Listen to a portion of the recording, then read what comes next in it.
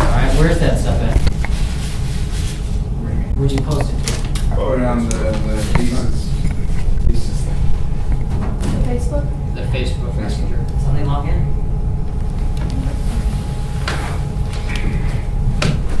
There you go.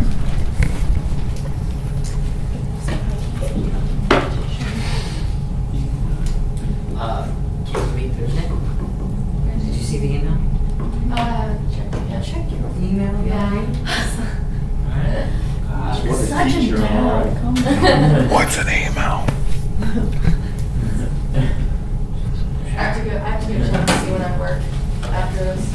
Yeah, check your Go email, there. because he has several times, and Oh. make sure it lines up.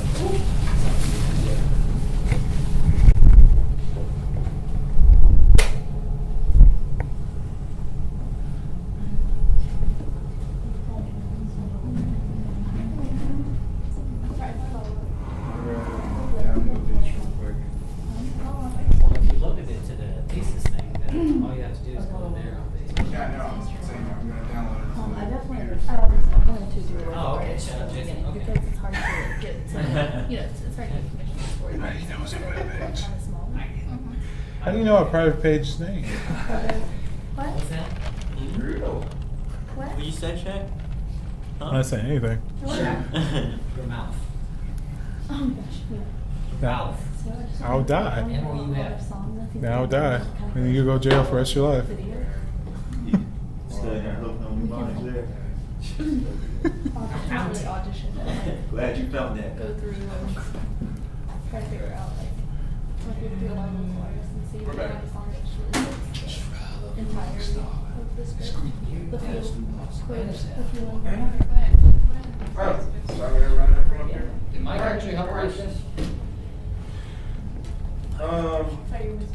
Hi guys. I'm Austin. I'm not Mike. I'm not an alcoholic anymore. So you kind of are.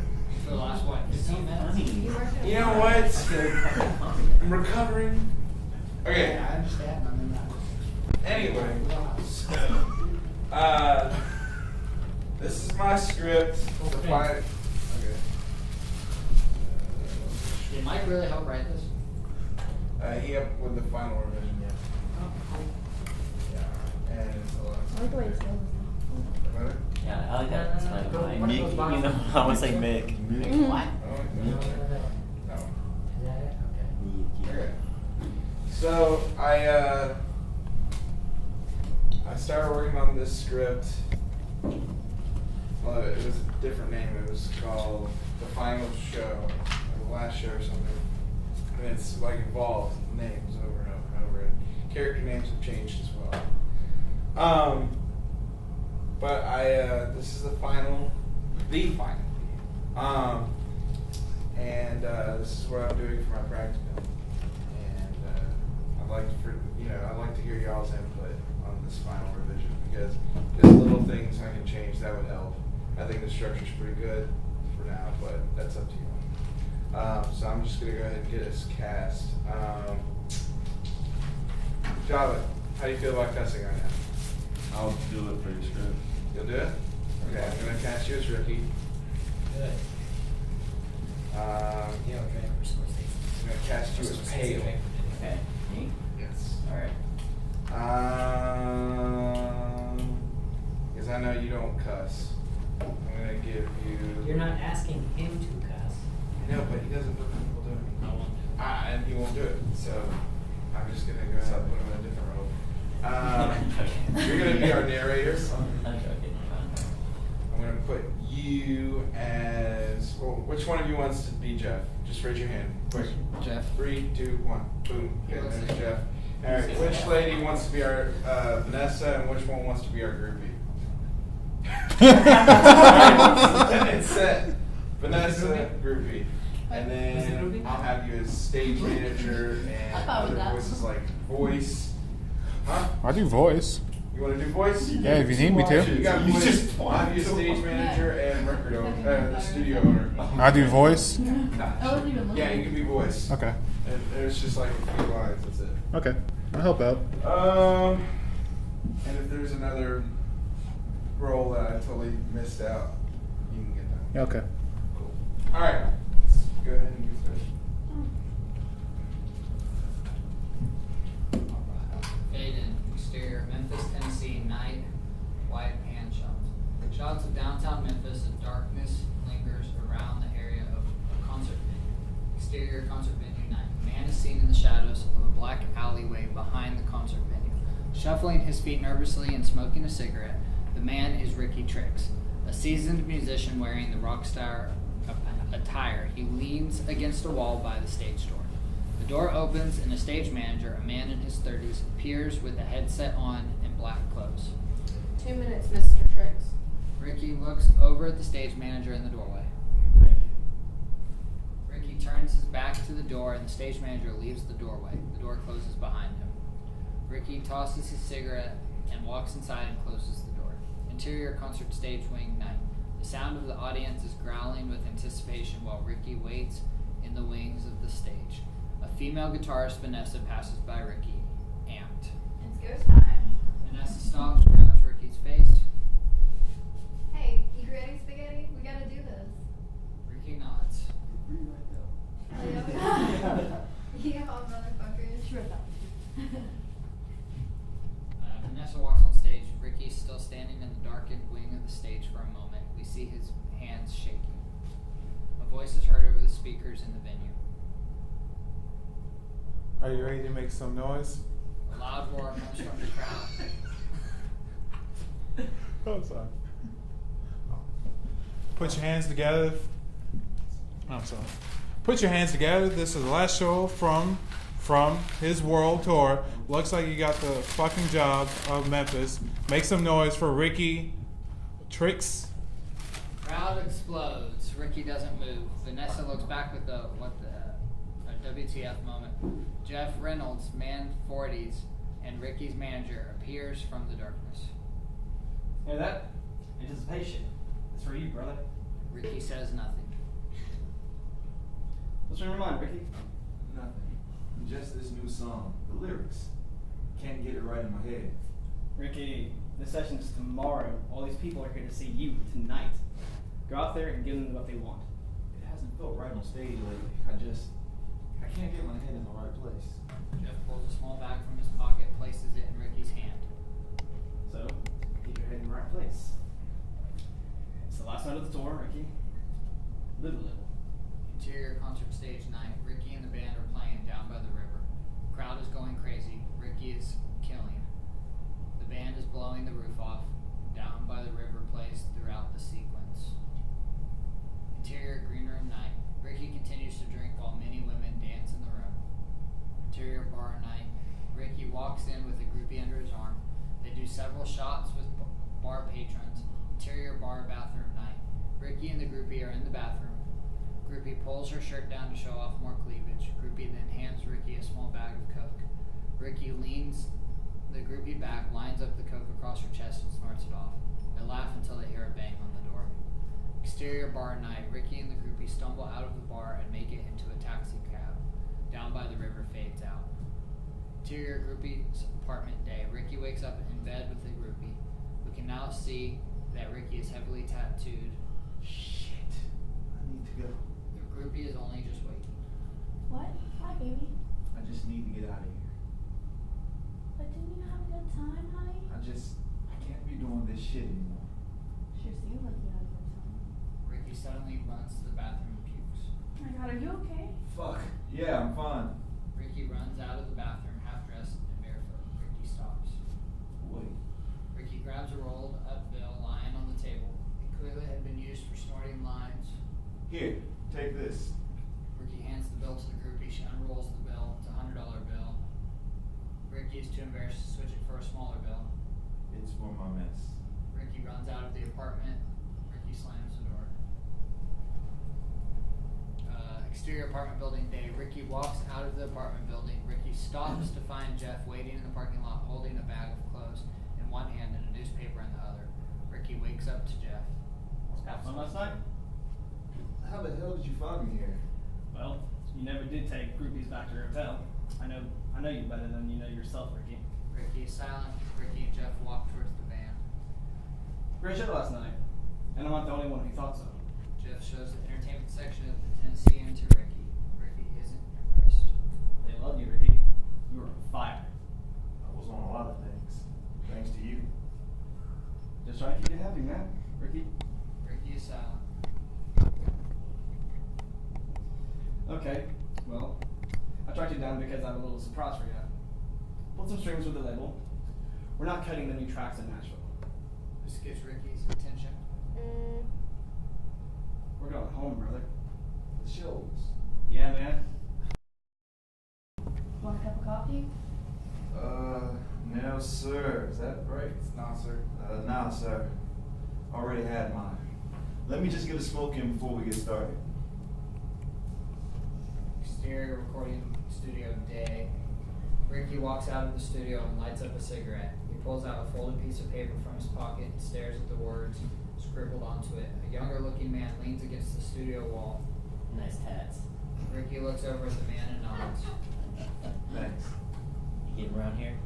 Some. And the rest? Ricky looks at the kid unsure. Don't worry. I'm a tattoo artist myself. Just getting a beat on the competition. What kind of tattoo artist doesn't have any ink? The kind that's afraid of pain. The slightest grin comes over Ricky's face. Well, hard to trust a tattoo artist without tattoos. Good instincts. Trust should not be easily relinquished, but don't worry. I'm very good at what I do, so where'd you get the tats? All over, really. They're kind of a timeline, story of my life, I guess. Ricky points out the tats. New York, LA, Paris, Des Moines. Des Moines. Des Moines. Got this one here. Ricky points to a tattoo on his left forearm. Deacon. Long time ago. Sorry, what's your name? Hale. Sorry, I'm a germaphobe. I'm Ricky. I know. So, what's with the empty spot? Oh god. Oh, that voice. Sorry, is it bad? No, It's it's really good. interesting.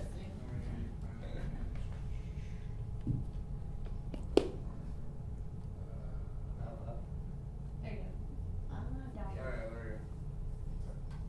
Huh. You got all this great ink, but there's one empty spot.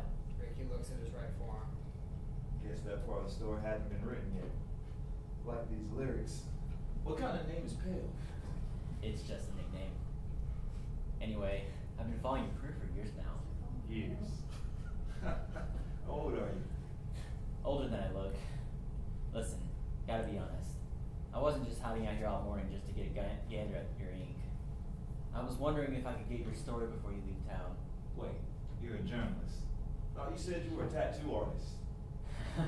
I'm a lot of things, actually. Jeff walks out of the studio. Ready, brother? What are we doing out here? What are you Smoking, getting these lyrics straight. I'll be in a minute. Jeff looks at Ricky for a moment, looks around the alleyway as if he wonders who Ricky has been talking to. Then walks back inside. Ricky puts out his cigarette. So how about that story? Maybe later. When do you leave town? Tomorrow. Stay anywhere local? Ricky considers. Yeah, the big hotel by the river. See if you can find me if you can. I'll tell you my story.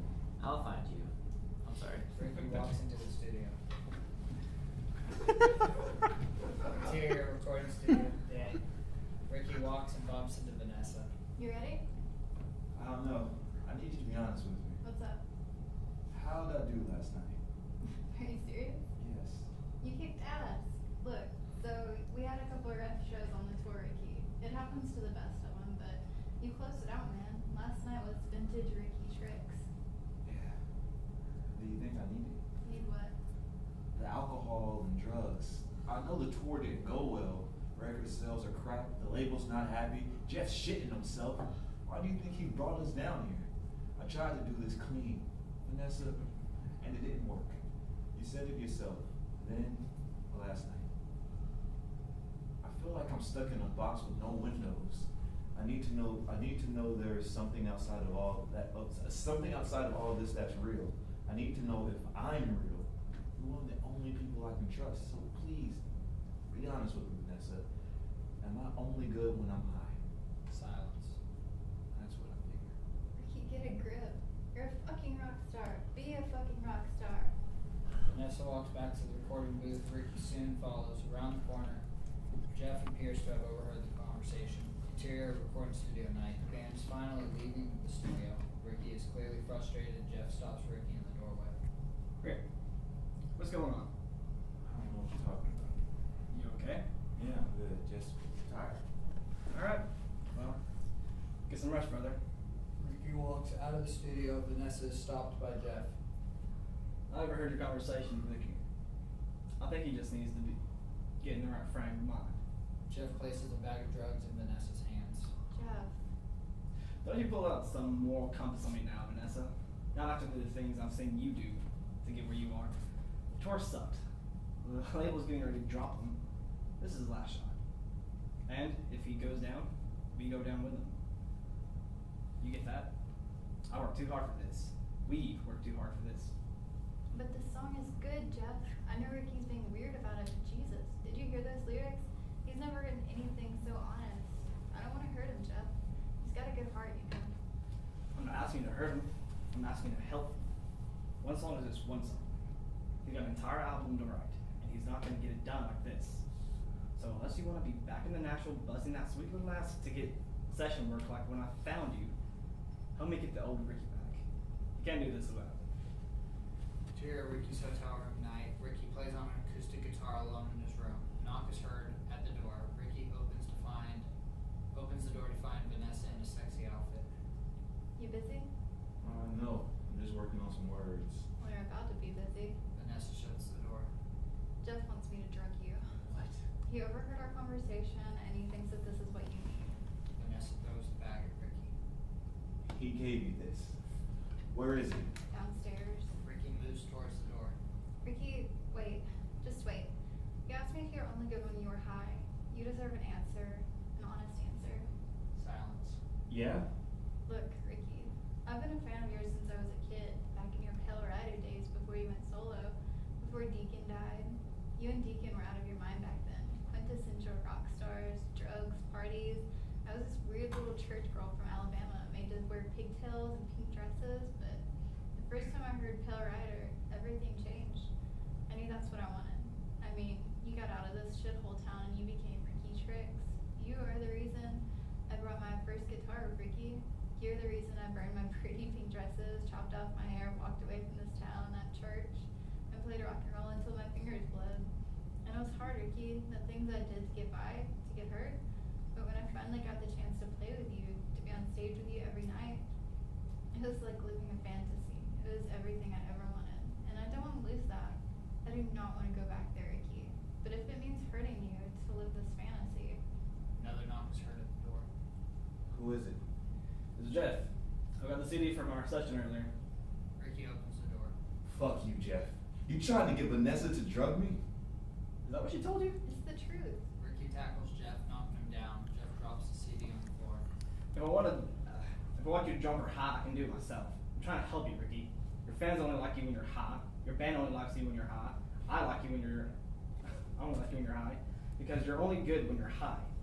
You can't do it to sober, and you never could. Ricky punches Jeff in the face. Ricky takes the bag of coke and tosses at Jeff, hitting him in the face. If I were you, I'd sell this shit because you're going to need the money. Ricky goes to his suitcase and pulls out the bag of pills. Jeff gave him the night back in Memphis.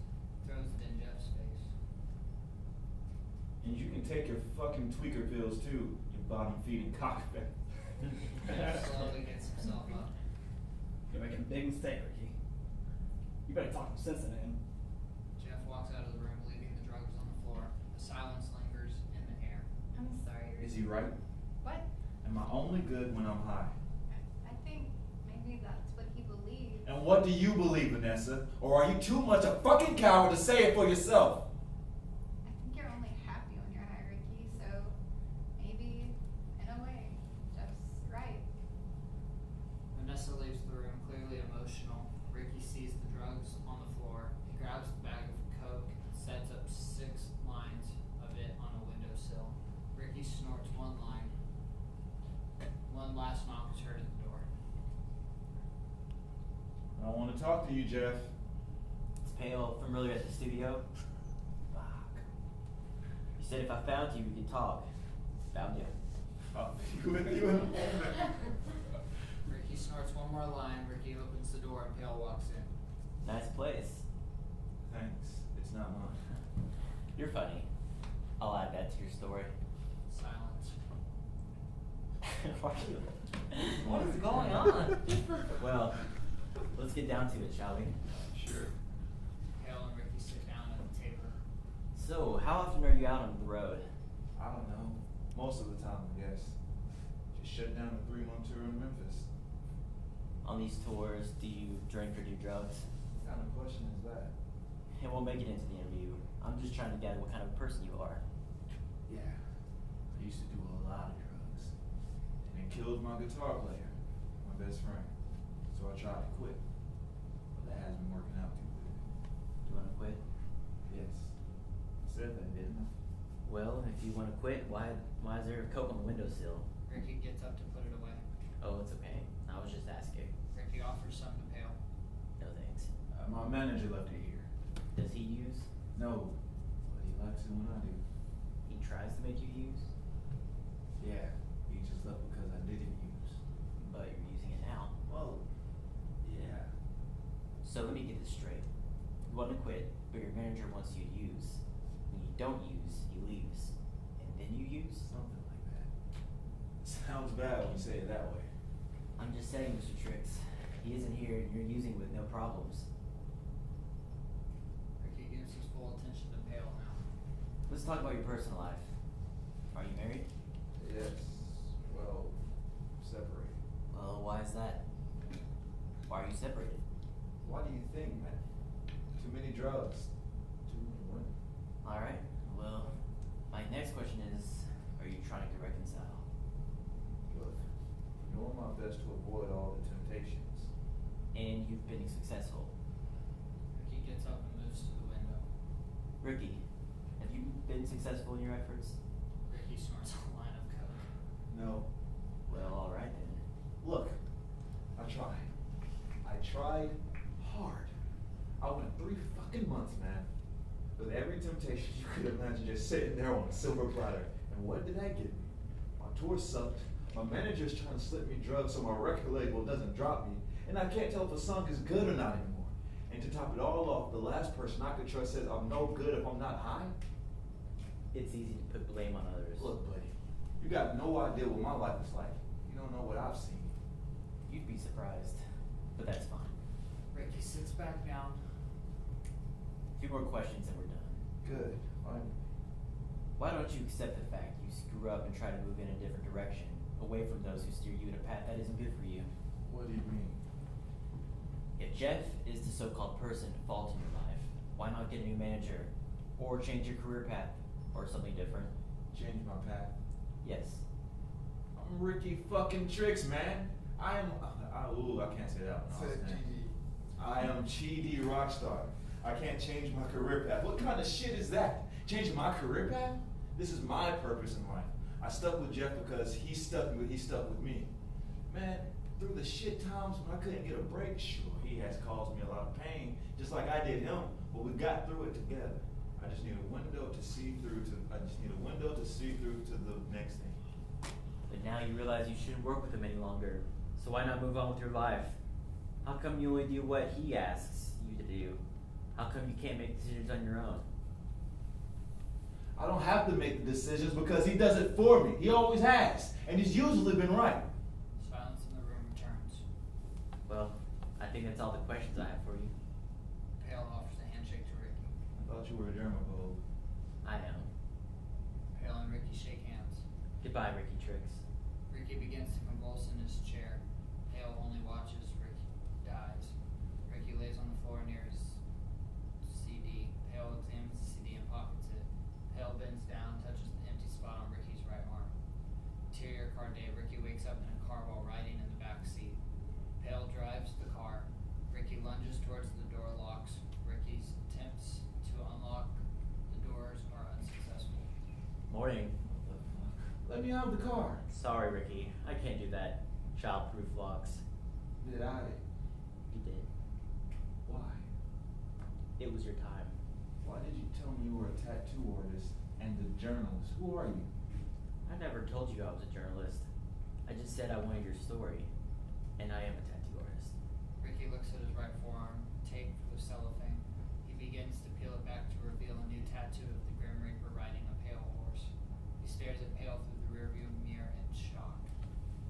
Like my work? Told you I was good. Self-portraits are kind of my calling card. I know, I'm a much better looking person, right? People always say that. If it's any consolation, I still like your music. And I didn't kill you. Who did? Well, sorry. No, you're good. It's yours. Well, you did, of course. Technically. All those years of bad decisions and abuse, it's paid your toll. Some people pay it faster than others. Some people get their town taken away from them. But it wasn't my choice. I'm not the one who pulls the cards. I'm just a gatherer of souls. I'm not made to kill Ricky. This can't be right. This has to be a mistake. You said you need a window to see the next thing. But you had a window the whole time. There are always windows, Ricky. What you needed was a mirror to see what you've turned into. But I did. I looked in the mirror. I saw what I had become. You looked a little too late, Ricky. Maybe if you had looked earlier. But then again, what do I know? Like I said, I'm not the one who pulls the cards. But hey, at least you got it down in the studio before you left. I think this might be your best work.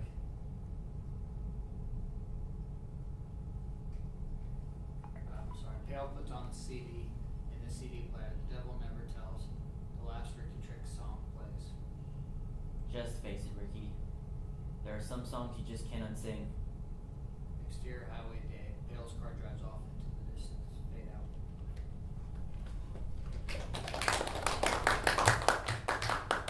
Alright, I need honest thoughts, bro.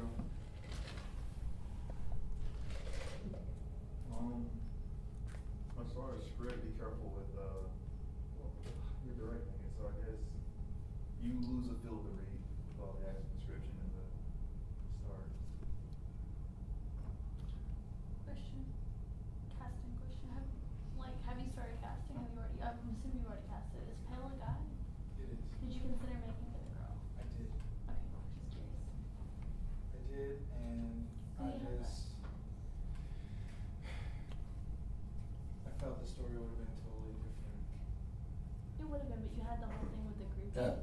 And then kind of, Always. excuse you, professional. Um, And we had the whole thing with the groupie at the beginning, and it kind of made it feel like maybe you're gonna go. Like, I don't know, it kind of set it up for Pale to be a girl, and like for that to be a whole other dynamic. Because you kind of set him up as a womanizer almost right there. That's really the only part of his life you see. Also, what's all this like just multiple bags of drugs constantly being thrown at him? I thought that was kind of weird. It's just part of the story. He's a rock star, right? Well, yeah, but like bags. Yeah. I Yeah. rarely have ever heard or seen anyone have like just a bag of drugs, like a baggie. Like a little baggie, because like every time I did it, I was just like seeing like a bag. Not like, things like a. It's Yeah, not like like, it's kind it's of not a like people bag just of throw a it. kilo Yeah, I of was like, coke is he in just it. throwing like A break. pills He's in, not like, a Scarface, bag of okay, drugs? guys? Let's just get this out of the way. He's not. It's like, I think he means He's like not Al And I Pacino, felt like okay? it was on purpose, but you use the word use a lot when you're talking about the cocaine. I just didn't know if that was on purpose. Use? Yeah, did you not notice that in the dialogue? Yeah. They just said it like a lot. The word use. Would you want me to change it to different verbs? No, I just thought that was strange. Like it just felt really, really, No, really. it reads. Okay, wasn't saying that. I just thought it was I just was thinking, I was making sure it was on purpose. It was just a lot. I mean, That's what I'm the thinking. dialogue I put in there at first was I thought it was rough, but then whenever No, I I mean, it was started fine. putting it together, the use part just. Yeah, no, it was fine. It just like was a part that I was like, that's interesting. Well, when Colton read it, it came off as ironic. Yeah, that's why I was curious. So that's why I about was like, oh, okay, that makes sense. Like it's the irony of him using. I didn't know he's if it mocking was him. Yeah. Colton, Yeah, Colton with was the, reading let it. me get or this like- straight. Yeah, Yeah. that's exactly how I wanted to do Yeah, it. because I didn't know if that was just because Colton was reading it that way. Or Oh, so I did okay? That Colton's was, just an it was ironic spot on person, how or I what? wanted that line to be read because he's pointing out to Ricky that what he's doing is stupid. Mhm. And to play place blame on somebody else for your own Yeah, of doings is stupid. Okay. I was just making Yeah, sure it was on purpose Yeah. and not like just happening. I mean, Sorry. yeah, tricks. Something I wanted to ask. I mean, it's not a really big deal. Like the fact that I'm glad you changed his name. Like I'm glad he's not GR anymore. Yeah, I felt like it was slapping you in the face with it. Yeah. But I didn't like the fact that his name's Pale, and then his first his big hit was Pale Rider. Is that Yeah, I correct? considered that. I'm probably gonna change it to a different song by Stumpwaller and actually put it that Well, title could you? to the song. I mean, I like the idea of there being these kind of like little symbols of like what it's about, but maybe you could use. Go ahead. What's the tail right thing? Pale. The Ripper's name is Pale, and then Vanessa talks about Pale Rider being this big hit. Right. And I was just, I didn't know if it was weird, like that, the fact that his guy's name is Pale, and that his first big hit was Pale Rider. Oh, right. You see what I'm Yeah. saying? Yeah. So, Yeah, I thought about well, that too. why don't, you could, I mean, it could be another kind of Reaper metaphor. I mean, cause Pale Rider is just another metaphor for that, and his name is Pale, and. I figured that's why it was Pale Rider. Yeah, but maybe you could think of something, like a different name that, that. Pale Rider dudes.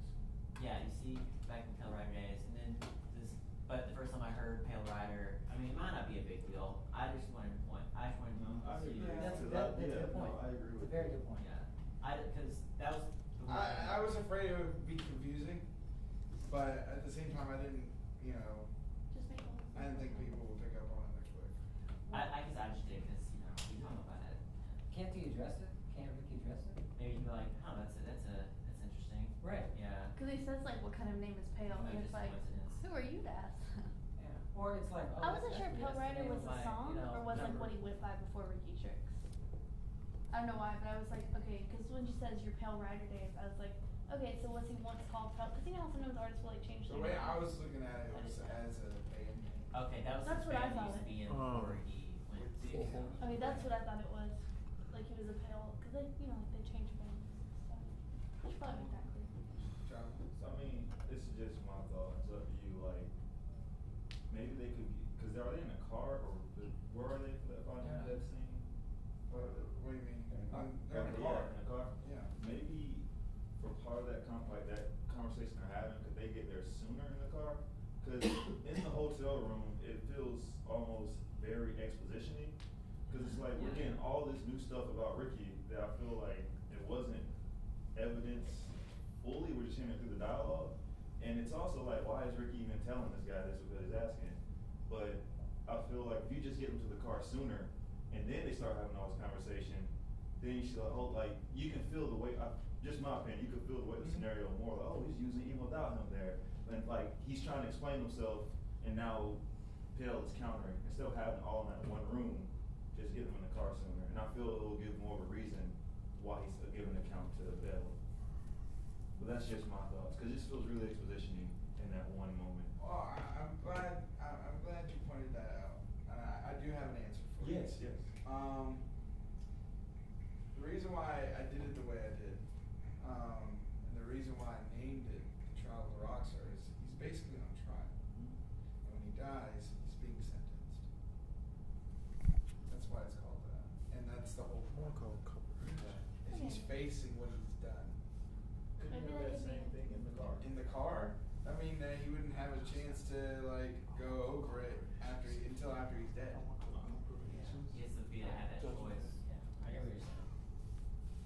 That makes sense to me. Is there any way to make that stronger? I wonder though. Like I don't have any real suggestions. I just as a group, is there any way to make it clear that that is his trial? Because I didn't really get that until you just said it. Like now that you said it, looking back, it makes sense.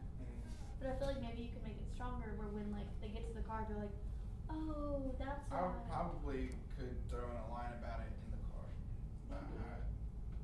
Well, no, it would need to be before, because once you're in the car, you already understand, okay, we got sentenced to death. It's that, I could probably Okay. throw something. It's gotta happen What in that am I on hotel trial? room. Is it the hotel room? Yeah. is there any way, I'm trying to think, that could Pale beat him after the groupie, before Jeff? What? That's way early. Wait, hold on. But that would that would set up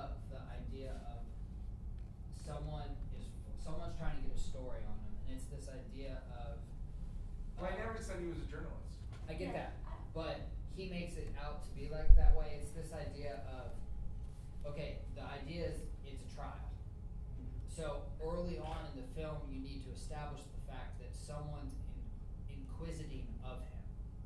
And because they're being inquisitive of him, it kind of sparks the idea of, is this something more than just what he's facing?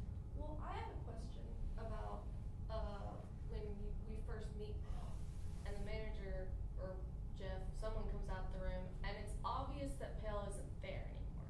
Is that supposed to be obvious that he's not? He's disappeared? Because that kind of sets out the reveal too early, in my opinion. Because you already know that something's up. Well, I feel like it's not as it won't be as prevalent in the actual film because right here we're reading it, so it's like looking around like he doesn't see anyone. But in the in the movie it would just kind of be like. Well, that's why I was asking. I was like, is it going to be Yeah. obvious that he's not there? I don't think it would be Okay, I obvious. see what you're saying. I think you would just kind of see like the way I would see it. 'Cause, like scripts are always a little more obvious than the way you would see it would just be him being like okay and then like walking off, just not acknowledging him, and you could go either way with that. Right. In hindsight, you'd probably realize, oh, you couldn't see him. Like I feel like that's one of those things I'd be like, Yeah, but I didn't know what you intended for that. That was kind of like a foreshadowing, if you will, like a little hint. But if it's too obvious, I can tweak it. No. The way in which it is written is obvious, but it's obvious for the reader. Yeah. The way in which you shoot it, It wouldn't necessarily be obvious. if you shoot it correctly. Right. But I could probably tweak it in the script still. Oh, there's plenty of tweaks. And what was I got a lot of punctuation errors. I noticed a lot of. Oh, I love lot of- these. they're wonderful. Gonna take out like a whole page. It's not a problem. You a writer? You Yeah. have, go roll up to the top where you talk about Muscle Shoals. Yeah, there's a lot of reference to Alabama. I'm just I think that's Where you okay. say That was- shots of. Do what? There's a place where you say shots. It's page. Oh, it's the bar scene? Yeah, fuck that up. No, shots of.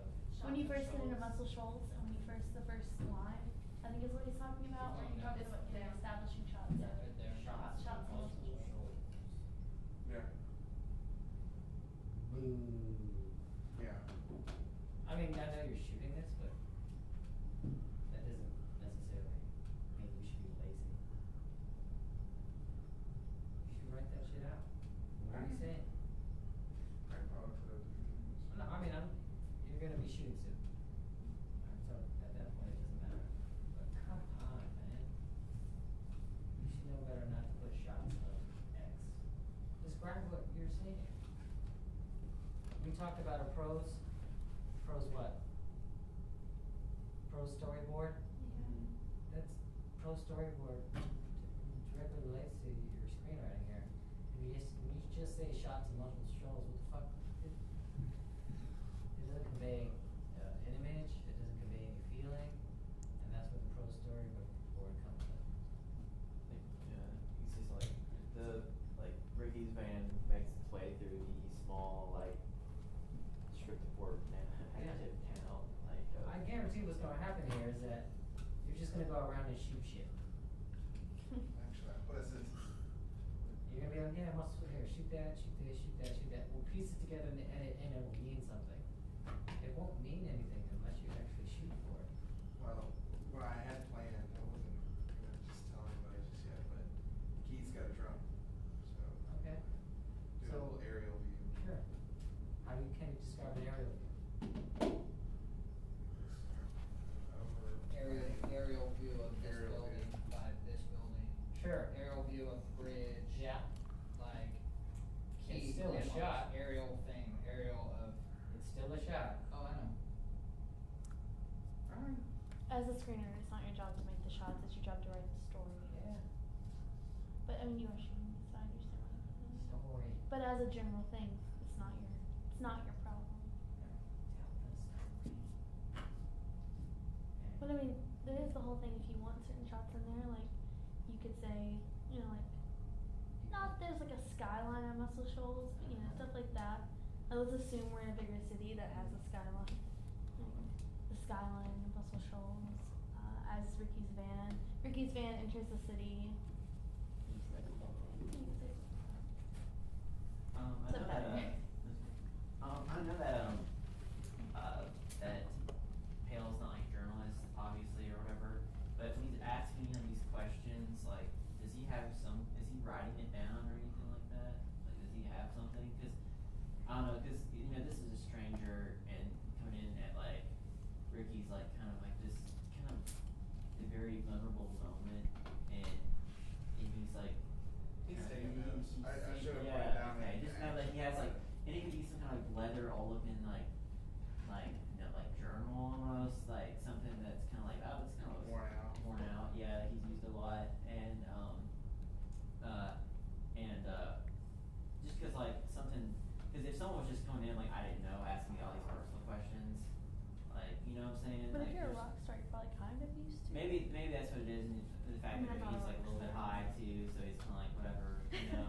And yeah, I think I'm glad that Java pointed out because I think we did at this point have gotten like a lot of exposition with like Ricky and Vanessa, then Jeff and Ricky, and then more Ricky and Vanessa, and now then Pale comes in.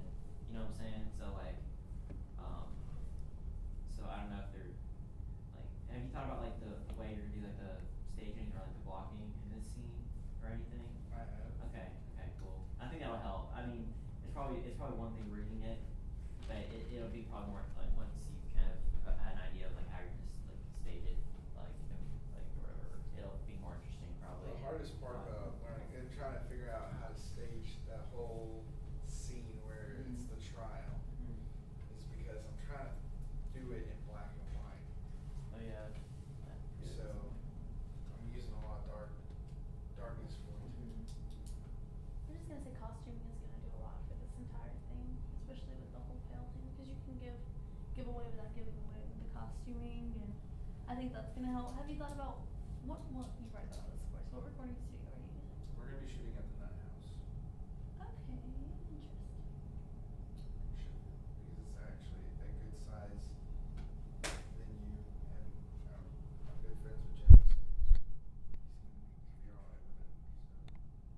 And all the other places wanted to charge, except for Second Street. We decided to just go with Nut House just because it just happened to be across the street from Keith's place. That'd be Craft convenient. services over there, Mhm. or we could do it inside of Nut House. I'm just curious. Yeah, I think costuming, especially in the scene with the trial, will do a lot. But I definitely think you can make it stronger if people would at least get the feeling of it being more like him on trial. Because I mean, he definitely is like, he knows a lot more about Ricky than he would if he was just a stranger. So that kind of makes you be like, hold on. Like, why does he? Or she's a rock star, but still, like, he knows stuff that like ask questions to get certain things. It's like, ooh. I also kind of like